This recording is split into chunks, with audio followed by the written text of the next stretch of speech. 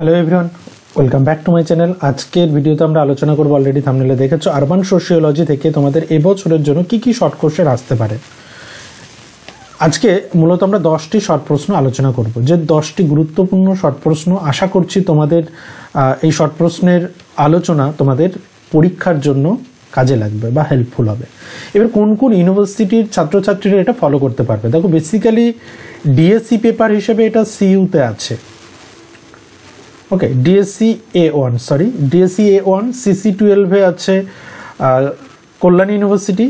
এছাড়া অন্যান্য যে কোনো ইউনিভার্সিটির সিলেবাসে আরবান সোশিওলজি রয়েছে, হ্যাঁ, যাদের জিই পেপার হিসেবে রয়েছে কল্যাণী জেনারেলের, তারাও এটা ফলো করতে পারবে। ওকে, তো সেক্ষেত্রে অবশ্যই তোমরা যাদের সিলেবাসে আরবান সোশিওলজি ইনক্লুড রয়েছে তারা শর্ট কোশ্চেনের জন্য এই ভিডিওটি চোখ বুজে ফলো করতে পারো, অবশ্যই কাজে লাগবে। ওকে, আচ্ছা, আমরা একটু কনসেপচুয়াল আলোচনা করব যাতে তোমাদের বুঝতেও একটু সুবিধা হয়, হ্যাঁ, কারণ এই বিষয়গুলো আরবান সোশিওলজির কিছু পার্ট রয়েছে যেগুলো বোঝা ভীষণ জরুরি। যেমন আরবানিজম বলতে আমরা কি বুঝি, এটা বোঝাটা ভীষণ জরুরি। হ্যাঁ, তাছাড়া প্রত্যেকটা শর্ট কোশ্চেন খুব সুন্দর করে দিয়েছি আমি, যাতে করে তোমরা এটা পরীক্ষার খাতাতেও লিখতে পারো, তোমরা স্ক্রিনশট করে নিতে পারো, বা এর পিডিএফটাও আমি দিয়ে দেবো। পিডিএফটার জন্য তোমাদের অনলি সোশিওলজি অ্যাপসটা ডাউনলোড করে এটাকে ইনস্টল করে নেবে। ইনস্টল করে, আমি অনেকেই খুঁজে পাও না, আমি তাদের জন্য একটু ছোট্ট করে বলে দিই কোথায় পাবে। অ্যাপটা ওপেন করার পর মোবাইলের এই অপশান, এখানে এই যে রাইট, এখানে তোমাদের লেফট সাইডে 3টে দাগ আছে দেখবে, এর উপরে ক্লিক করলেই একটা অপশান পাবে ফ্রি স্টাডি ম্যাট। ইনস্টল করার পরে লেফট সাইডে ক্লিক করলে ফ্রি স্টাডি ম্যাট অপশানে যাবে, সেখানে গিয়ে দেখবে ফোল্ডার করা আছে। সেই ফোল্ডার অনুযায়ী, এটা আমি কোনো ফোল্ডারে রাখিনি, একদম ওপেন রেখেছি যাতে সবাই দেখতে পায়, তোমরা একদম ওপেন পেয়ে যাবে। ঠিক আছে, যে শর্ট কোশ্চেনগুলো আলোচনা করছি সেটা প্রত্যেকটা এখানে পেয়ে যাবে। আর একটা বিষয়, যে আমরা সমস্ত আলোচনা এই একটা ভিডিওর মধ্যে করা সম্ভব নয়, আরও বেশ কিছু ভিডিও বা অন্যান্য পেপারের কিছু ভিডিও আসবে, সেগুলো আপলোড হচ্ছে শুধুমাত্র মেম্বারদের জন্য। যারা মেম্বারশিপ নাওনি তারা ডেসক্রিপশন বক্সে একদম প্রথম লিঙ্কে দেখো মেম্বারশিপের একটা লিঙ্ক পেয়ে যাবে, মাত্র 29 টাকায়। এটা দেওয়া আমার মনে হয় না কারোর পক্ষে অসম্ভব ব্যাপার। হ্যাঁ, জাস্ট আমরা ইনফ্রাস্ট্রাকচার ডেভেলপমেন্টের জন্য তোমাদের কাছ থেকে একটা ফিনান্সিয়াল একটা হেল্প চাইছি। এটা তোমরা মেম্বারশিপ নিলে বেশ কিছু ভিডিও আছে তোমরা দেখতে পাবে। ওকে, এটা শুধুমাত্র মেম্বারশিপদের জন্য, যারা মেম্বারশিপ নেবে মেম্বারদের জন্য। ওকে, তো আশা করছি এটা নিতেও তোমাদের কোনো অসুবিধা নেই। আর যেগুলো আমরা ইউটিউবে আলোচনা করছি তার ফ্রি পিডিএফ তোমরা অবশ্যই কিন্তু এই অনলি সোশিওলজি অ্যাপসে পেয়ে যাবে। আচ্ছা, অনেক বকবক করলাম, এবার শুরু করি। নগরবাদ কি? আরবানিজম বলতে আমরা একটা সামাজিক প্রক্রিয়াকে বোঝাই, যা শহরের পরিবেশে বসবাস ও কাজ করার ফলস্বরূপ গঠিত হয়। তাহলে আরবানিজম কি? আরবানিজম একটা প্রক্রিয়া।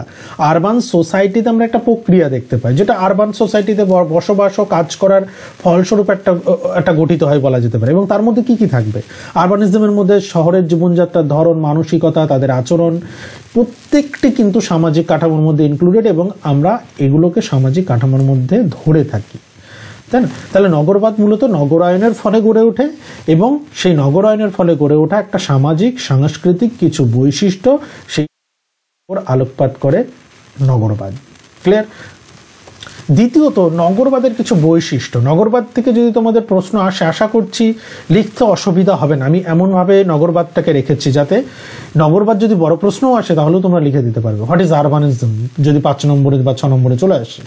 তাহলে নগরবাদের মূল বৈশিষ্ট্য কি? আচরণগত বৈচিত্র্য।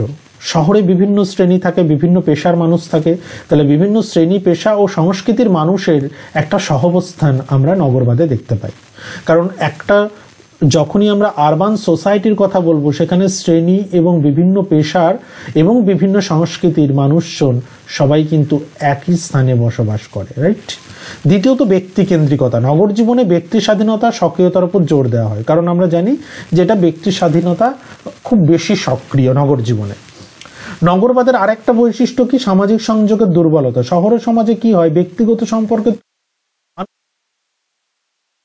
যেটা ব্যক্তিগত সম্পর্ক কোথায় আমরা রুরাল সোসাইটিতে বেশি দেখতে পাই, যে পার্সোনালি একটা গ্রামের যদি 200 মানুষ থাকে সবাই সবাইকে চেনে। হ্যাঁ, তো এই যে ব্যক্তিগত সম্পর্ক, এটা শহুরে সমাজে একটু আনুষ্ঠানিক, সবাই সবার মতো তাদের লাইফ নিয়ে বিজি থাকে। ওকে, গোপনীয়তা, বিচ্ছিন্নতা, শহরের জীবনে মানুষ বেশি গোপনীয়তা পছন্দ করে। অনেক সময় কি হয়, সামাজিকভাবে বিচ্ছিন্ন থাকে এরা। হ্যাঁ, তারা গোপনীয়তাটা বেশি পছন্দ করে। ওই যে বললাম যে আনুষ্ঠানিক সম্পর্ক, সম্পর্কের মধ্যে ব্যক্তিগত সম্পর্ক যেহেতু তুলনায় কম, তার ফলে এইরকম একটা পরিস্থিতি আমরা দেখতে পাই। নেক্সট, উচ্চ প্রতিযোগিতা, চাকরি, ব্যবসা, এবং সুযোগের জন্য শহরে একটা তীব্র প্রতিযোগিতা দেখা যায়, একটা কম্পিটিটিভ মাইন্ড সেট আপ দেখা যায়, একটা কম্পিটিটিভ একটা এরিয়া আমরা দেখতে পাই। ওকে, তাহলে এটা হচ্ছে নগরবাদের আমরা কিছু বৈশিষ্ট্য হিসেবে এগুলোকে উল্লেখ করতে পারি। তৃতীয়ত 3 নম্বর প্রশ্নে আসছি আমরা, নগরবাদ ধারণাটি কে প্রদান করেন? নগরবাদের ধারণা প্রথম সমাজতাত্ত্বিক লুইস রিথ বা ওয়ার্থ বলি বা রিথ বলি, লুইস রিথ 1938-এ তার একটা গ্রন্থ, খুব গুরুত্বপূর্ণ একটা প্রবন্ধ, আরবানিজম as the way of life. তিনি নগরবাদ শুধু জনসংখ্যার ঘনত্ব নয়, বরং তিনি একটা জীবনযাত্রার পদ্ধতি যা শহরে পরিবেশে উদ্ভূত হয় বলে মনে করতেন। তাহলে এটা আসতে পারে, এটা আলাদাভাবে কিন্তু আসতে পারে। আমি একসঙ্গে তাহলে নগরবাদ থেকে যে 3টি প্রশ্ন আসার মতো বলে দিলাম। এরপর চলে আসছে আমরা অভিবাসন। অভিবাসন কি? অভিবাসন যেটাকে আমরা ইমিগ্রেশন বলি। ইমিগ্রেশন কি? যখন একটা ব্যক্তি বা একটা জনগোষ্ঠী, কোনো একজন ব্যক্তি হতে পারে, আবার ব্যক্তি সমষ্টিও হতে পারে, একটা দেশ থেকে যখন অন্য দেশে স্থায়ী বা অস্থায়ী দুটো কারণেই যেতে পারে, বসবাসের জন্য যখন স্থানান্তরিত হয়, তখন সেটাকে আমরা ইমিগ্রেশন বলি। ইমিগ্রেশনের কারণ কি পারপাসে হয় ইমিগ্রেশন সাধারণত কাজ, শিক্ষা, পারিবারিক পুনর্মিলন হতে পারে। পারিবারিক পুনর্মিলন হলে সেটা অস্থায়ী, বা উন্নত জীবনযাত্রার লক্ষ্যেও যাদের ক্যাপাবিলিটি রয়েছে তারা এক দেশ থেকে আরেক দেশে উন্নত জীবনযাত্রার লক্ষ্যে কিন্তু শিফট করে। অভিবাসন দেশের মধ্যে জনসংখ্যার গতি, বৈচিত্র্য বাড়ায় এবং এটি সামাজিক, সাংস্কৃতিক, অর্থনৈতিক একটা পরিবর্তন আনে। এবার অভিবাসনের কিছু বৈশিষ্ট্য আমরা বলতে পারি। যেমন মনে করো, অভিবাসনের কথা যদি আমরা বলি, এটা আন্তর্জাতিক স্থানান্তর হয়, তাই তো? আন্তর্জাতিক কেন? কারণ একটি কান্ট্রি থেকে আরেকটি কান্ট্রিতে শিফট হচ্ছে। কেউ মনে করো ভারত থেকে আমেরিকাতে শিফট হচ্ছে, এটাকে কি বলবো? সেটা তো আমরা ইন্টারন্যাশনাল বলবো, তাই না? আন্তর্জাতিক স্থানান্তর। অভিবাসন সবসময়, আচ্ছা, এই স্থানান্তর ইংরেজি কি বলি আমরা? মাইগ্রেশন। ওকে, স্থানান্তরটা আমি পরে বলে দেবো, অসুবিধা নেই। আন্তর্জাতিক স্থানান্তর তাহলে একটা দেশ থেকে আরেকটা দেশে। অভিবাসন সবসময় একটি দেশের সীমানা অতিক্রম করে অন্য দেশে ঘটে। স্থায়িত্ব, অভিবাসীরা সাধারণত নতুন দেশে স্থায়ী এবং দীর্ঘমেয়াদীভাবে বসবাসের উদ্দেশ্যে যায়। স্থায়ী বা দীর্ঘমেয়াদী। নাগরিকত্বের ইস্যু থাকে। অভিবাসন প্রায়ই নতুন দেশের নাগরিকত্ব বা স্থায়ী বাসিন্দার মর্যাদার সাথে সম্পর্কিত, কারণ ইমিগ্রেশন মানেই সেখানে একটা নাগরিকত্ব বা স্থায়ী মর্যাদার একটা প্রশ্ন চলেই আসে। ওকে, আচ্ছা, এই ইমিগ্রেশনের অনেকগুলো, এখানে মাইগ্রেশনের পার্ট থেকে অনেকগুলো ভাগ আছে, সেগুলো একটু দেখে রাখা প্রয়োজন। তারপর আমরা রেখেছি নগরায়ন। নগরায়ন কি? নগরায়নের সঙ্গে নগরবাদ খুব কানেক্টেড। আমরা দেখলাম যে আমাদের এই নগরায়নটা প্রথমে দেখা উচিত ছিল। নগরায়নের সঙ্গে নগরবাদ, মানে নগরায়ন না বুঝলে নগরবাদ বুঝবো না। তাহলে আরবানাইজেশন একটা প্রক্রিয়া, নগরবাদের মতোই এটাও একটা প্রক্রিয়া, কিন্তু এই প্রক্রিয়া, নগরায়ন প্রক্রিয়া কি করে? এর মাধ্যমে কোনো একটি অঞ্চলের জনসংখ্যা শহরমুখী হয় এবং সেই অঞ্চলের সামাজিক, অর্থনৈতিক ও ভৌত কাঠামো শহুরে বৈশিষ্ট্য অর্জন করে। বোঝা গেল? অর্থাৎ খুব সহজ কথায়, একটা অঞ্চলের মানুষ যখন শহরমুখী হচ্ছে, সেখানকার অর্থনৈতিক, সামাজিক এবং সেখানকার পরিবেশের বৈশিষ্ট্য অর্জন করছে, সেই প্রক্রিয়াকে আমরা নগরায়ন বলছি। এটি গ্রামের চেয়ে শহরের বাসিন্দার সংখ্যা বৃদ্ধি এবং শহরের পরিধি ও বৃদ্ধির গুরুত্ব, শহরের পরিধি ও গুরুত্ব বৃদ্ধির সঙ্গে এটা সম্পর্কিত। অর্থাৎ শহরের পরিধি বাড়ছে, শহরের গুরুত্ব বাড়ছে। নগরায়নের বৈশিষ্ট্য, নগরায়নের ক্ষেত্রে কি হয়? জনঘনত্ব বৃদ্ধি পায়, কারণ নগরায়ন মানেই তো একটা পার্টিকুলার সোসাইটিতে মানুষের সংখ্যা বৃদ্ধি পাওয়া। শহরে কি হয়? এই যে গ্রামীণ অঞ্চল থেকে মানুষ আসছে, মানুষ স্থানান্তর করছে, তার ফলে কি জনসংখ্যার যে ঘনত্ব সেটা তো বৃদ্ধি পাবে। আমরা যদি নগর বলি, সেই নগরের বৈশিষ্ট্য কি? আরবান কখন বলবো? যখন জনঘনত্ব যেটা যখন 400 জন থাকবে প্রতি বর্গ কিলোমিটার, তাই তো 400 জন প্রতি বর্গ কিলোমিটার থাকবে। তাহলে এই জনসংখ্যার ঘনত্ব বৃদ্ধি পেয়েছে, শহরের পরিধি সম্প্রসারণ, নতুন আবাসিক আর বাণিজ্যিক এলাকা তৈরি হচ্ছে, কারণ শহর সম্প্রসারিত হয়। আমরা কলকাতা যদি বলি, এই কলকাতার আমরা মধ্য কলকাতা আর তার আশপাশ দিয়ে বেড়ে ওঠা বা তার আশপাশ দিয়ে যে নতুন শহরের যে সম্প্রসারণ ঘটছে সেটা দেখলেই আমরা বুঝতে পারবো।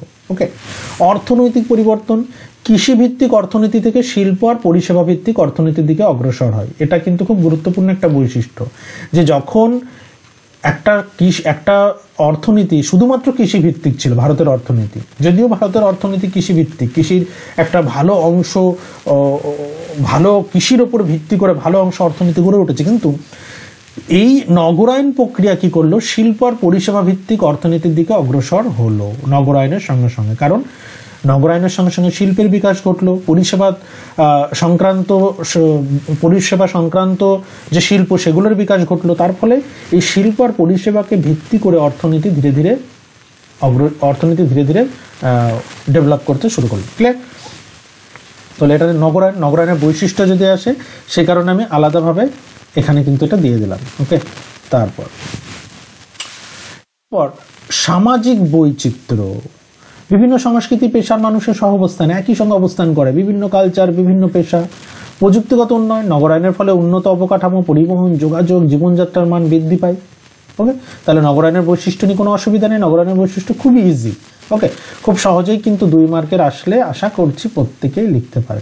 ওকে, আচ্ছা, এখনো পর্যন্ত যদি ভিডিওটা ভালো থাকে তাহলে অবশ্যই লাইক বাটনটা প্রেস করে দিও, আর অবশ্যই যারা এখনো মেম্বারশিপ নাওনি তারা মেম্বারশিপ নিয়ে নিও, কারণ আমরা বেশ কিছু ভিডিও, শর্ট কোশ্চেনের অন্যান্য, তোমাদের যারা ক্যালকাটা ইউনিভার্সিটি রয়েছে, অন্যান্য পেপার CC 11, 12, সেটা কল্যাণ ইউনিভার্সিটির যারা রয়েছে CC 11-এর, ওকে, CC 11KU, এই শর্ট কোশ্চেনগুলো কিন্তু অলরেডি আমাদের রেকর্ডেড হয়ে গেছে, একটা একটা করে আপলোড হতে শুরু করেছে।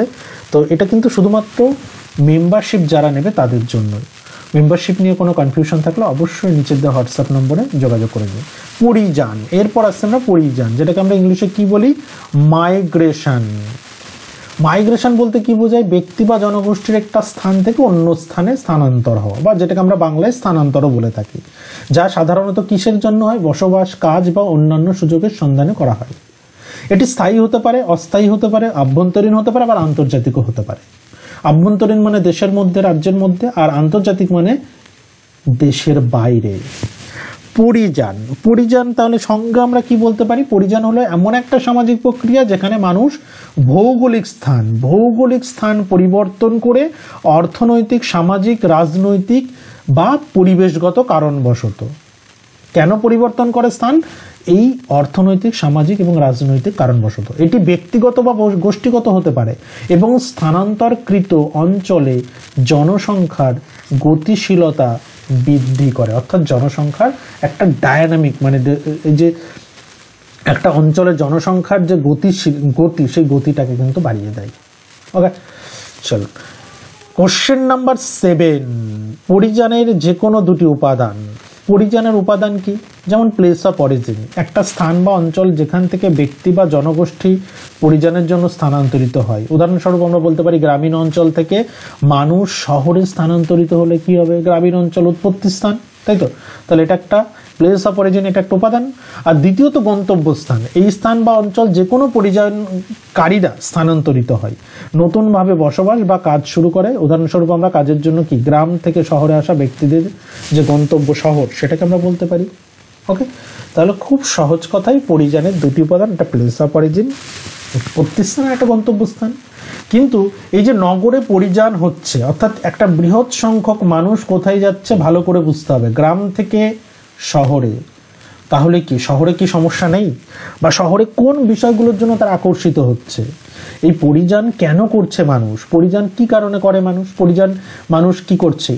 এমপ্লয়মেন্ট অপরচুনিটির জন্য, বেটার এমপ্লয়মেন্ট অপরচুনিটি শহরে, better education facilities, better health facilities, overall better lifestyle, এই যে এগুলোর দ্বারা আকর্ষিত হয়ে তো গ্রাম থেকে মানুষ শহরে আসছে, তার ফলে শহরে একটা বৃহৎ সংখ্যক মানুষ একত্রিত হচ্ছে এবং সেখানে সমস্যা তৈরি হচ্ছে। এবার দেখে নেই এই পরিযানের ফলে আমরা নগরে কি কি সমস্যা দেখতে পাই। নগরে প্রচুর সমস্যা আছে। নগরে পরিযানের ফলে উদ্ভূত দুটি সমস্যা, একটা হচ্ছে বস্তির বৃদ্ধি, স্লাম, আমরা স্লাম বলতে যেগুলো বুঝি। এই যে স্লাম ফরমেশন কোথা থেকে হয়েছে, প্রচুর মানুষ গ্রাম থেকে শহরে গেছে, গ্রাম থেকে শহরে গেছে, তারা প্রপার কাজ পায়নি, প্রপার থাকার জায়গা পায়নি, একটা আনহেলদি একটা সোসাইটি, আনহেলদি একটা পরিবেশে তারা বসবাস করছে এবং সেটাই স্লাম। তাহলে অধিক পরিমাণে মানুষ যখন আসছে, নিম্ন আয় হওয়ার জন্য তারা বেটার আবাসন তারা পাচ্ছে না। একটা তাদের আয় যদি মনে করো মাসে 10,000 টাকা হয়, তারা কখনোই একটা ভালো ঘর কিন্তু সেখানে থাকার জায়গা পাবে না, কারণ সেই 10,000 টাকার মধ্যে যদি তাদের খাওয়া থাকা খাওয়া তাদের জীবন ধারণ সমস্ত কিছু করতে হয়, তাহলে অবশ্যই কোনো অল্প খরচে থাকা যাবে এমন কোথাও থাকতে হবে। তার ফলে আবাসন সংকট দেখা দিচ্ছে, স্লাম তৈরি হচ্ছে। এর ফলে তারা নিম্নমানের আবাসিক এলাকা, কারণ স্লাম হচ্ছে নিম্নমানের আবাসিক এলাকা, এবং সেখানে তারা বসবাস করতে বাধ্য হয়, যা বস্তির সৃষ্টি করে। এই এলাকাগুলোতে সাধারণত পর্যাপ্ত পানি, পর্যাপ্ত জল, পর্যাপ্ত পয় নিষ্কাশন এবং স্বাস্থ্য সেবার একটা অভাব কিন্তু থাকে। পরিবহন ও জনসংখ্যার চাপ, কারণ শহরে ট্রান্সপোর্ট আর ওভার ক্রাউডিং, আমরা অনেকেই এই শহরের এই কালচারে বা শহরের এই সমস্যাটা সম্পর্কে আমরা প্রত্যেকেই জানি, অভ্যস্ত, প্রত্যেকে আমরা অন্তত পক্ষে এটা আমরা আমাদের জানা একটা সমস্যা, যে কি শহরে পরিযানের ফলে মানুষের জনঘনত্ব এতটাই বেড়েছে, ট্রান্সপোর্টের সমস্যা, পরিবহন ব্যবস্থা এবং অন্যান্য অবকাঠামোর উপর একটা অতিরিক্ত চাপ সৃষ্টি হচ্ছে। তার ফলে যানজট, দূষণে কলকাতা থেকে মুম্বাই এগিয়ে আমরা জানি, মুম্বাই দূষণে ভীষণ পরিমাণে তাদের ডিমোশন হচ্ছে আমরা বলতে পারি, বা নাগরিক সেবা প্রদানে সমস্যা দেখা দিচ্ছে। তার ফলে এই যে সমস্যা, নগরে পরিযানের ফলে একটা বৃহৎ সমস্যা তৈরি হচ্ছে, যেটা সামাজিক, অর্থনৈতিক এবং পরিবেশগত যে একটা ভারসাম্য, সেটা কিন্তু আর থাকছে না। ক্লিয়ার? তাহলে এই নগরে পরিযানের ফলে কি শুধু সমস্যাই হয়, ইতিবাচক প্রভাবও কিছু আছে। ইতিবাচক প্রভাব কি? মানুষের জীবনধারার উন্নতি, তাই তো? ইতিবাচক আর নেতিবাচক দুটো প্রভাবই আছে। পরিযানের ফলে একটা কি, মানুষ তো এক গ্রামে কাজ পাচ্ছিল না, তাই তো? গ্রামে কাজ পাচ্ছিল না, শহরে এসে তারা একটা জিনিস নিয়ে তো অন্তত সন্তুষ্ট, কি, যে তারা কাজ পাচ্ছে। তাহলে অর্থনৈতিক উন্নয়ন, পরিযানের ফলে কর্মসংস্থান বৃদ্ধি পায়, অভিবাসী শ্রমিকেরা তাদের পরিবার উৎপত্তি অঞ্চলে অর্থ পাঠায়, মানে তাদের যে গ্রাম, সেই গ্রামের বাড়িতে হয়তো তার পরিবার থাকছে, সেখান থেকে তারা অর্থ পাঠাচ্ছে, অর্থনীতিকে শক্তিশালী করছে। কারণ আমরা দেখেছি পরিযান বা মাইগ্রেশনের সবচেয়ে মূল কারণ হচ্ছে অর্থনীতি। আজকে গ্রামের মানুষজন কেন শহরের দিকে শিফট করছে? তাদের এমপ্লয়মেন্ট অপরচুনিটি নেই। গ্রামের আমরা কি দেখেছিলাম, যে গ্রামের কালচার বা গ্রামের যে অর্থনীতি সেটা মূলত কৃষিভিত্তিক অর্থনীতি। কৃষিভিত্তিক অর্থনীতিতে কি সমস্যা হচ্ছে? সময়ের সঙ্গে সঙ্গে যখন জনসংখ্যা বাড়ছে, মাঠের জমি বা চাষযোগ্য যে জমি সেটা তো কমে যাচ্ছে ধীরে ধীরে। চাষযোগ্য জমি কমে যাচ্ছে, মানুষের জনসংখ্যা বৃদ্ধি পাচ্ছে, তাহলে তাদের অবশ্যই জীবিকা নির্বাহের জন্য বাইরে আসতেই হবে। যেমনটা আমরা দেখি আমাদের পশ্চিমবঙ্গের অনেক জেলা থেকে, বিশেষ করে প্রান্তিক জেলা, মানে বাংলাদেশের প্রান্তিক জেলা, নদিয়ার কিছু প্রান্তিক জায়গা থেকে, মুর্শিদাবাদের কিছু প্রান্তিক জায়গা থেকে প্রচুর পরিমাণে শ্রমিক বাইরের স্টেটে কাজ করতে যায়, যেটা আমরা করোনা টাইম পিরিয়ডে ভীষণভাবে ফিল করেছিলাম। আমাদের কোনো ধারণাই ছিল না যে আমাদের পশ্চিমবঙ্গ থেকে কত মানুষ বাইরে, কেরালা, উত্তরপ্রদেশ, বিহার, ঝাড়খণ্ড, উড়িষ্যা, এই সব অঞ্চলগুলোতে কাজ করতে যাই। ওকে, আমি যে কলেজটিতে পড়াই, সেই কলেজটি অ্যাকচুয়ালি মুর্শিদাবাদের, নদিয়ার শেষ প্রান্ত, মুর্শিদাবাদের শুরুতে।